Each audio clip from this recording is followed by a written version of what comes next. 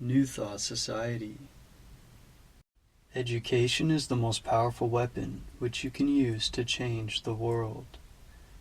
Nelson Mandela.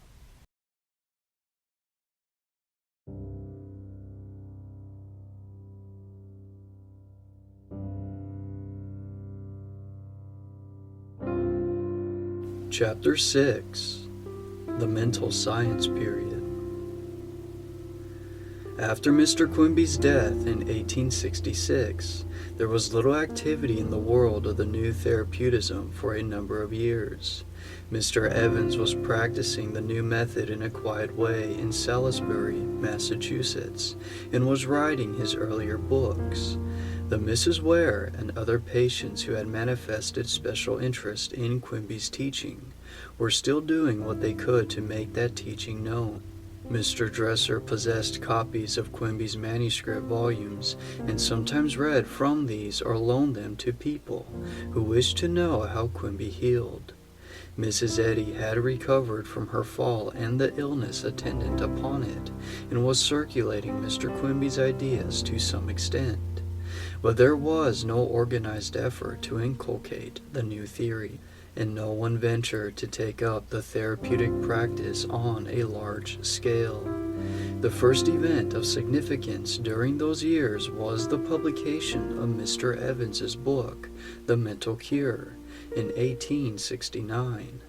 Great interest was shown in that work, and it was the beginning of a campaign of education which has continued ever since. But time was required to win assent to views which seemed so radical. That was before the days of the new psychology. No one had then thought of supporting the teachings it contained by associating them with transcendentalism in the writings of Emerson.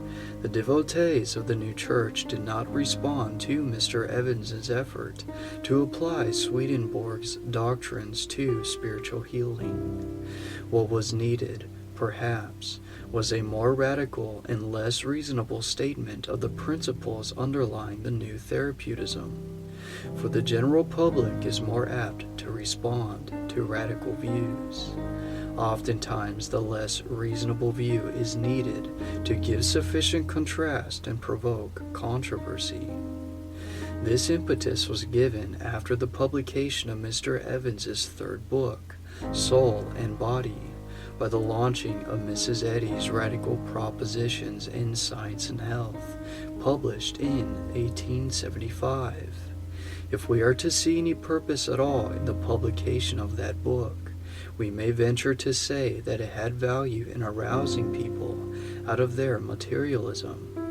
The results of the past 40 years apparently justify this statement, for to those of us who have known former Christian scientists as they came one by one out of their radical into more reasonable views, it has been plain that something like Science and Health was needed to set matters in motion. The first reaction was against the revelator and the claims made in behalf of a supposed revelation. The second was against the theory contained in Science and Health, which had served for the time being to provoke thought, just as the earlier readers of Mrs. Eddy's book took fundamental exception to it, so increasing numbers have departed from her organization to set up for themselves, meanwhile keeping such ideas as had proved of value. In due time, the last Christian scientist will probably take leave in the same way. In retrospect, people will then wonder why such a reaction did not occur long before. We chronicle the fact, then, significant for our history, that after Mrs. Eddy's work appeared there was a tendency to read both Evans and Eddy, and that mental science was a coming of ideas gathered from these two sources and from the teachings of those who, like Mr. Julius Dresser, had held to Quimby's teaching in its original form. The term mental science, introduced by Mr. Evans with reference to the psychological aspect of the new therapeutism, began to be used in 1882 through 1883 for the whole teaching. It was used in preference to the term Christian Science because the latter term had become identified with the hypothesis of a revelation. The term mental was spiritualized by those who adhered to Quimby's teaching.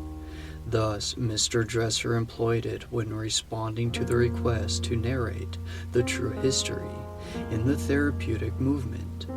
The term mental was almost a synonym for Christian, as used by those who believed that the new healing was wrought by spiritual means.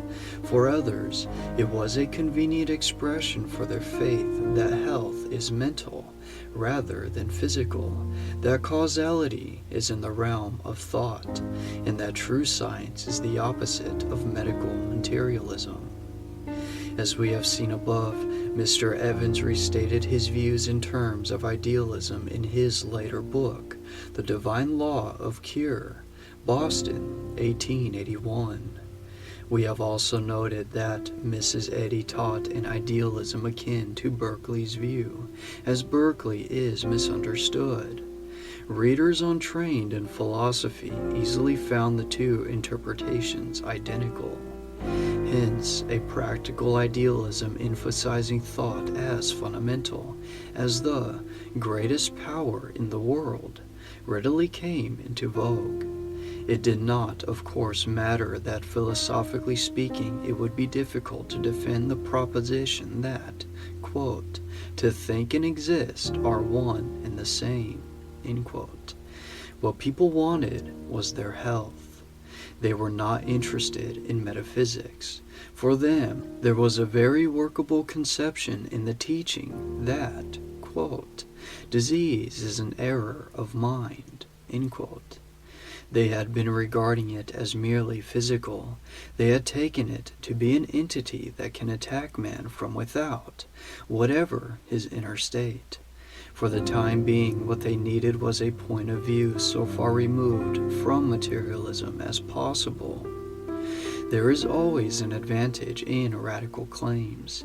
If you adopt a point of view which in your way of thinking at the time contains all that is true, condemning all other views as false, you then give yourself as fully to that one view as did the early Mohammedans to their prophet when they held that all books save the Quran should be burned.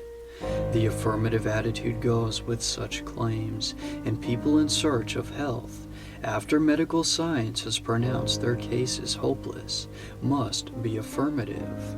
Quote, what we believe, that we create, end quote. So Quimby had taught. It was essential to believe that all causality was in the realm of mind. Meanwhile, the natural universe could take care of itself. It was not destroyed by the proposition that, quote, there is no matter, end quote. Some of the beliefs passing current in the mental science period would indeed seem absurd to those of us who try to think matters out to the end, as well as to believers in natural facts and the ability of men of science to state facts apart from theoretical prejudice.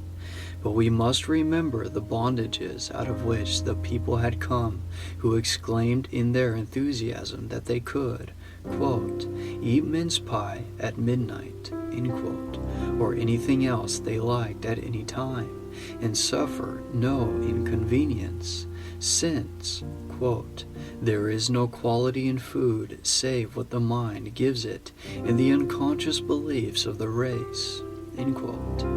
What people were trying to do was to eliminate the false beliefs, the errors of mind, which had held them in subjection.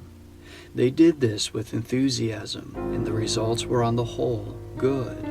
It was natural, having concluded that medicines and drugs have no qualities save those attributable to the suggestions which people have associated with them, that all material things and conditions should be regarded as affecting man according to his belief. The point was that Whether agreeing with Mrs. Eddy in full or not, one should at least go as far as Quimby and Evans went, showing that matter contains, quote, no intelligence or power in itself, end quote. To take this stand was to be prepared to overcome all adversaries. The first groups of people assembled to discuss these matters in Boston in 1882 and 1883 were indebted for their impetus to the sources indicated above.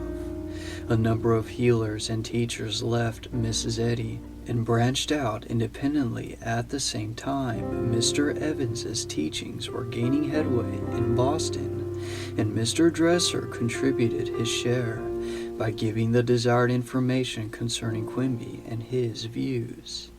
The papers began to take some notice of the new teachings, and the term mind cure was brought into vogue.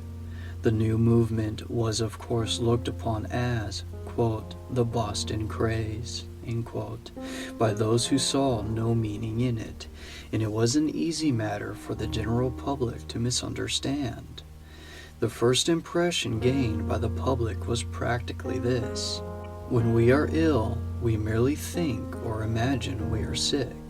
Disease is simply a myth. It can be banished with a thought. Consequently, if you would address the devotee of the mind cure with due respect, say to him, when he seems to have a cold, quote, oh, you have the belief of a cold, end quote. There is really no suffering or misery in the world, quote, but thinking makes it so, end quote. But it would be well for the mind curers to make hay while the sun shines, since they cannot expect people to hold such views very long.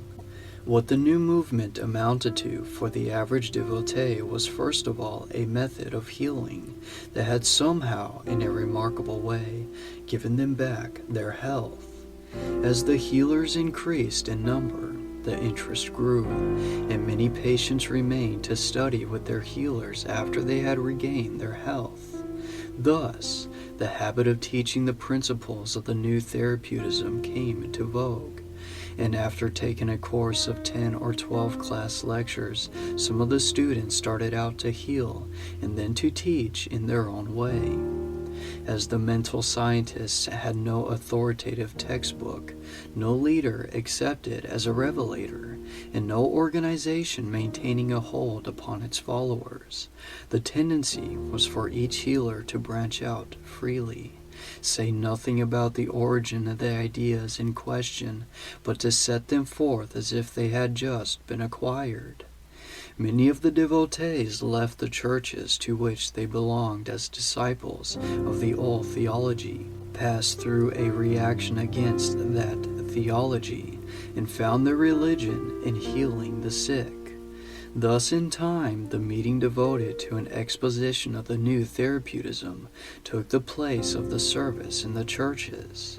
The silent treatment was akin to prayer or worship on its religious side, and so the silence, as it has since been called, became a part of the meeting. Such meetings used to be held Sunday evenings so as to avoid a conflict of hours in the case of followers who still wished to attend the morning service in the established churches. The Wednesday evening experience meeting early came into vogue. Everybody was invited to take part, and so the meetings became democratic. One of the early leaders in these meetings in Boston, J.W. Winkley, had been a Unitarian minister. Others had contemplated entering the ministry or were teachers. Hence, there were devotees capable of directing the meetings and introducing the element of worship or leading a regular instruction. The name given to the first of these independent societies in Boston, quote, Church of the Divine Unity, end quote, suggests the point of emphasis in such worship.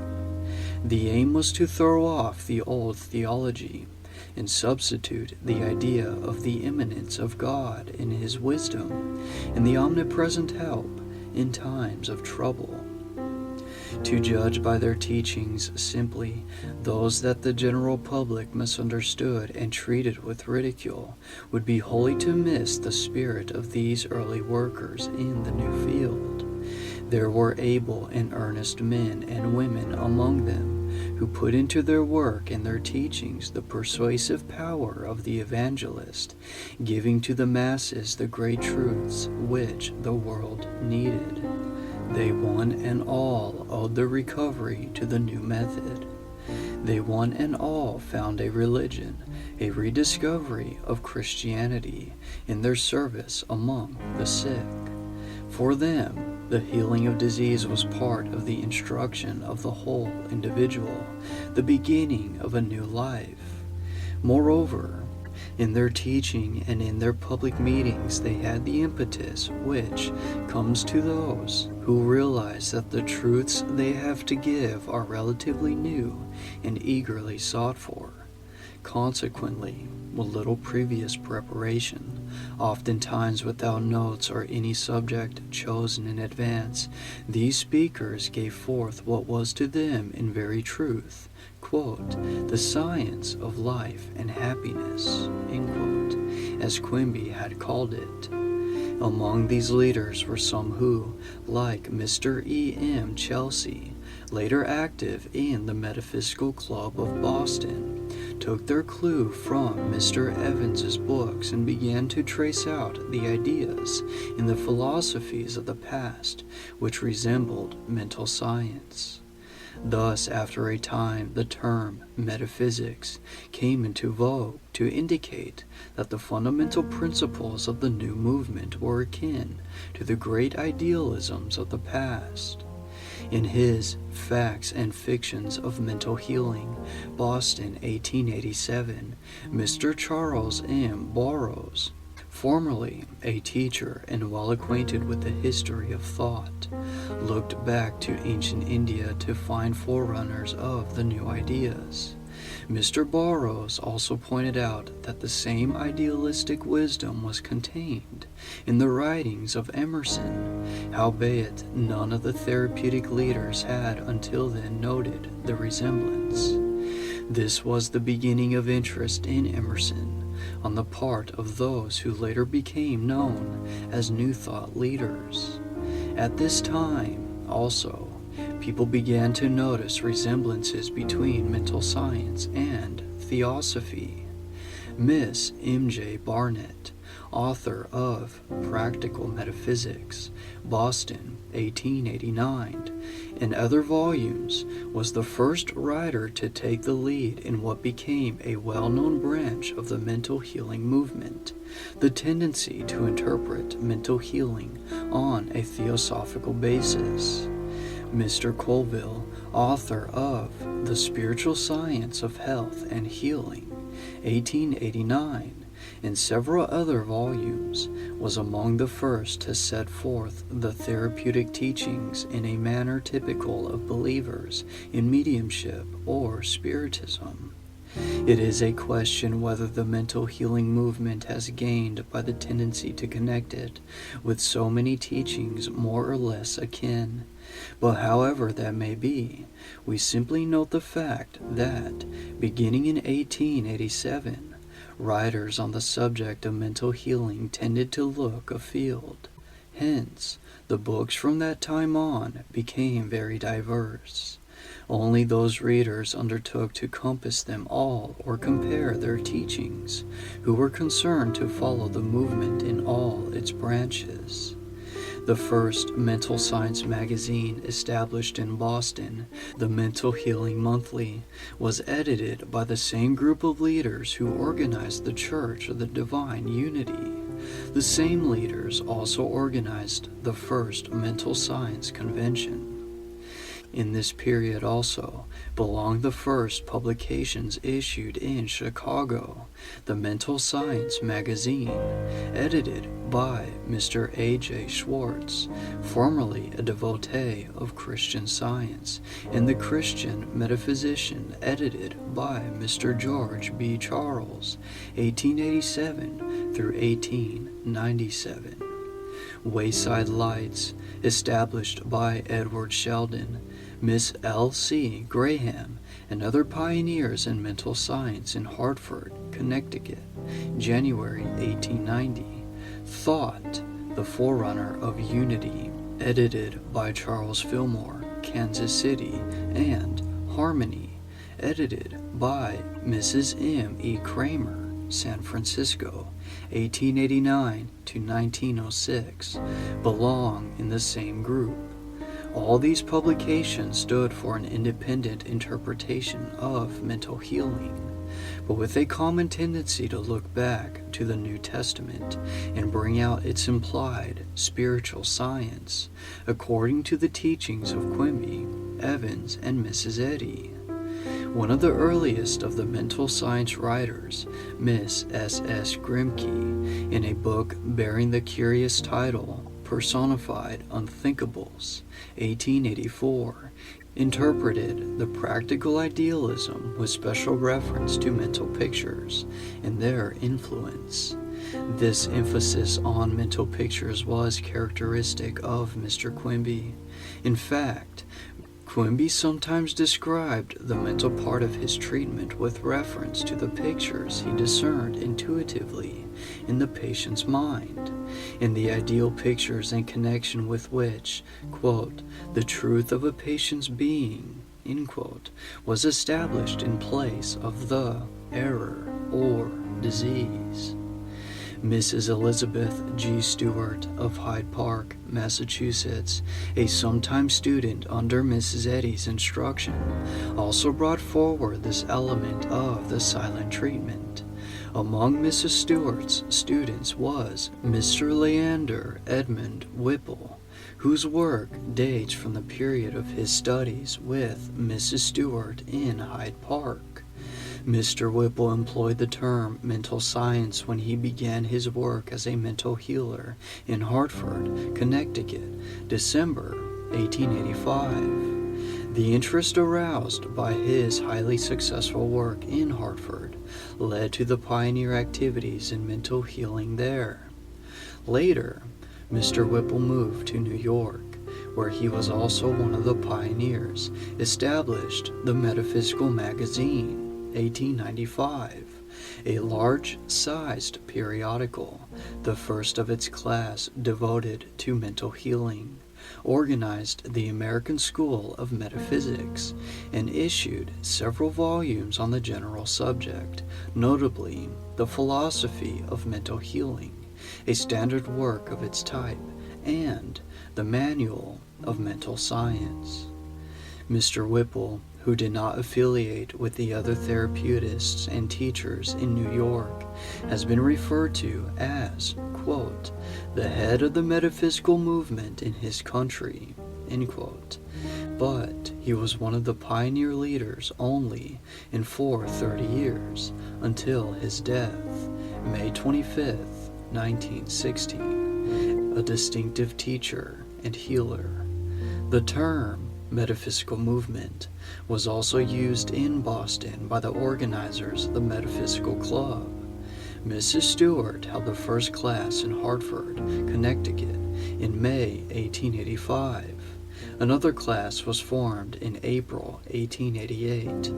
Among her students were Miss L.C. Graham, long a successful healer and teacher, and Miss Esther Henry, also a leading teacher and healer, connected in recent years with the New Thought Federation. Mrs. Stewart's followers in Massachusetts and New York, quote, believing that earnest cooperation of workers facilitated progress in any great work, had organized in each state under the name Light, Love, Truth. The Hartford group adopted the same name, the ideal being that the work should not be aggressive, but that each one should go forth quietly, holding the torch of truth firmly and fearlessly. The symbol adopted was the equilateral triangle, as representing the fundamental trinity of life. Interpreted in this way, life cannot be manifested apart from love and truth, Love cannot be separated from life and truth. Without truth, there can be neither life nor love." End quote. Miss Esther Henry was elected president, Mrs. Mary M.C. Keeney, vice president, and Miss Mary N. Davis, secretary and treasurer. In 1889, it was voted to admit mental scientists other than the immediate followers of Mrs. Stewart, and a special invitation was sent to Miss Minnie S. Davis and her students to join the society. Miss Davis was the pioneer in establishing mental science in Springfield, Massachusetts. Another leader whose work began in Hartford during the mental science period was Mr. C. B. Patterson, who adopted mental science in 1887, established a society known as the Alliance, and later in New York took this name for his publishing business. But Mr. Patterson's work belongs rather with the New Thought period, as his books and magazine, Mind, were not published until the later years. In New York and Chicago, various phases of the mental healing movement began to appear at this time under the leadership of teachers who, like Mrs. Emma Curtis Hopkins and Mrs. Ursula N. Gestefeld, reacted against Christian Science and branched out for themselves, agreeing in part with the mental scientists, and in part introducing ideas of their own. Mrs. Gestefeld adopted the term science of being instead of metaphysics. Mrs. Gestefeld was for many years one of the leading representatives of this type of mental healing theory. Like the divine scientists and the followers of Mrs. Hopkins, Mrs. Gestefeld's students assimilated in their own way the spiritual science of the scriptures. Devotees of the mental picture theory were inclined to place more stress on the psychological elements of mental healing. Mr. Whipple's terminology, for example, centered about the idea of a, quote, specific image treatment, end quote. According to this terminology, the blotting out of mental pictures pertaining to the disease and the substitution of ideal pictures in their stead is the essence of the whole mental healing process. All devotees of the New Thought would recognize a truth in this way by stating the matter, but would be inclined to dwell on other elements of the process also, such as the elimination of fear and other disturbing mental states, which might be more central or influential than the mere pictures associated with these states. The term metaphysical healing, as employed by Mr. Whipple, does not signify anything different so far as the underlying principles are concerned. Many disciples of mental science use this term as synonymous with mental science and applied idealism. Mrs. Eddy also employed the term metaphysical as the name of her school in Boston. The term metaphysics, as thus employed, need not be understood in the philosophical sense as a complete system of first principles. It means a practical idealism emphasizing mental or spiritual causality in contrast with the prevalent materialism, or the assumption that matter possesses independent life and intelligence. Thus, the term Christian metaphysics is practically the same as the terms used by Quimby to indicate that there is a spiritual science in the New Testament. I have elsewhere given a brief account of the work and teaching of Mr. Julius A. Dresser, 1838 through 1893, whose public activities as healer and teacher began in Boston, October 1882. The articles contained in the Mental Healing Monthly of 1887 through 1888, and the address delivered in the Church of the Divine Unity, 1887, may be regarded as typical of the line of thought developed directly out of Quimby's teaching. The first emphasis was on what Mr. Dresser called, quote, the omnipresent wisdom, end quote, in accordance with Quimby's view that the therapeutic efficiency was attributable to the divine immanence. Mental science was for him the psychological theory by which the mental part of the process of cure was made explicit. Mr. Dresser used to introduce idealistic interpretations of the universe into his class lectures in order to give his hearers the inner point of view. But, following Quimby, he did not deny the existence of the natural universe. For him, the teaching he had acquired from Quimby was a religion. It was this religious spirit which impressed his students more than anything else in his teaching. Mr. Dresser read excerpts from Quimby's manuscripts in his classes and heartily endorsed Mr. Evans's early books as expressions of the spiritual teachings of those manuscripts. The work established by Mr. Dresser belongs under the head of mental science, as thus understood, rather than under the name New Thought. In a paper entitled, quote, The Science of Life, end quote, Mrs. J.A. Dresser has given first-hand impressions of Quimby's teachings.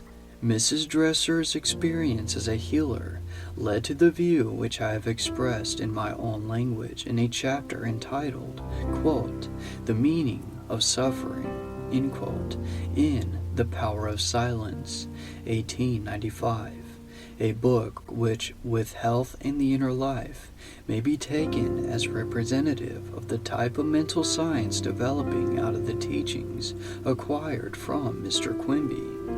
This interpretation of suffering marked a departure to some extent from Quimby's view of disease, since there would appear to be no compensation if disease be merely an error of mind.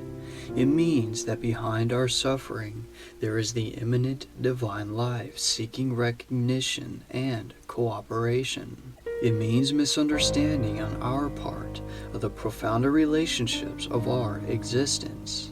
Instead of simply trying to banish our haunting mental pictures, or to substitute one set of suggestions or associations for another, we need to know our inner life to the foundation, transferring the center of our mental activity from our discomfort, largely misunderstood, to the divine life, seeking to lift us into freedom. The result of this profounder interest, if we see its true significance, would be an essentially spiritual view of life in contrast with one that centers about the power of thought. But mental science, as Evans used the term in his first book, was intended to be spiritual. In the more comprehensive terminology of that book, one can scarcely understand the human mind without learning that interiorly the mind is open to the divine life by influx. The true mind is the mind of the spirit, not the mind of the flesh, not mortal mind. The true mind or spirit operates directly on another spirit in the silent treatment. The true mental science would then be very different from the psychological theory passing current under that name. It would be essentially practical, and by applying it, one would indeed be able, as Quimby said, quote, to teach goodness as a science, end quote. It was this insight which characterized Evans's teaching and gave the early impetus in the mental science period. It was the impetus which this insight gave which characterized the movement as it spread from Boston to Hartford in New York, and later found representatives in Chicago, Kansas City, San Francisco, and other cities. Later, the term mental science was employed by Mrs. Helen Wilmans and others, notably in the far west, in a rather different sense. According to Mrs. Wilmans, mental science was a kind of self-emancipation involving a new assertion of the self for one, quote, who dares affirm the I, end quote. This affirmation of the self has been characteristic of some who have seized upon the machinery of suggestion and used it to advantage in attaining their freedom. But it should not be confounded with the earlier mental science of such leaders as Winkley, Chelsea, Schwartz, and Charles, nor with the movement in Kansas City, which became known as practical Christianity. Mental science was indeed a broad tendency of thought. It could be connected with theosophy, spiritism, the teachings of Prentice Mulford, mysticism, pantheism, theoretical idealism, and the like. It could be traced back to India by those who took remote resemblances for historical causes. It could be identified with certain of Swedenborg's teachings about influx, correspondence, and the relation of the soul to the body. It could be regarded as modified Christian science. It might be understood as Quimby's theory or truth. It naturally found varied expressions because it appealed to individuals of different types. Each one gained the central ideas and then began to develop his special views around them. Out of these came with even greater variety what is now known as the New Thought. Insofar as one may discriminate between the two phases of the mental healing movement, we note that in the mental science period, the application of mental science to health was the chief interest. The so-called prosperity treatment had not yet been heard of. Nothing had as yet been said about, quote, the cause and cure of old age, end quote. It had not become customary to hold meditation meetings. Very little effort had been made to organize the movement. There were as yet no unity centers or circles of divine ministry. The public had merely a superficial view of the mind cure. Few people as yet saw an emancipating tendency in the movement akin to religious liberalism. The popularizing of psychology and the development of psychical research were to come at a later date. Mental science had little influence on medical practice, but mental science did much more than merely keep in action the impetus which had come from Quimby and had been developed by his followers. It stood for a theory of mental healing primarily, but it was to lead to the New Thought, hence to find varied expression in rivalry with Christian Science. It fostered a kind of impersonalism, such that its leaders took only a modicum of credit to themselves. Thus it was a kind of Protestantism. It rejected all claims to a revelation, and substituted each man's thought for the authorized textbook. To understand it on this side as a reaction is to see why it naturally led to the individualism of the New Thought. Some of the New Thought leaders began their work in this period, but for purposes of convenience we classify them with the workers whose activity dates, for the most part, after 1890. It would be well, no doubt, to bear in mind that as the mental healing movement spread and became more or less connected with other movements of thought, it became more diffuse in various respects, hence lost some of its spiritual power. It was natural to trace resemblances to theosophy, spiritism, the idealism of ancient India, the idealism of Berkeley, but what was gained out of curiosity was scarcely sufficient to compensate for the loss in practical efficiency. There is a great advantage in concentration. It is not necessary to try in every possible way to state the same ideas. We need a standard, Mr. Evans was far better prepared as a writer than most of those who restated the essentials in their less enlightened fashion. His works remain the standard works of the mental science period. They come nearer a complete demonstration of mental or spiritual healing than most books on the New Thought. If identifying the idealism of Mr. Evans's The Divine Law of Cure with the same line of thought in Mrs. Eddy's book, one should emphasize the psychological process. One might understand mental science to be no more than the term implies, for all the practical ideas centering about thought as the motive power are set forth in that book. Disease is traced to an erroneous or morbid idea associated with similar ideas and tending in a wrong direction of mind. Its cure is found in breaking up this association, establishing a new direction of mind. The disease is then said to disappear, for, quote, that which is not in thought has to us no existence, end quote. The doctrine of a, quote, healing power of thought is based on the Hegelian principle that thought is a creative force.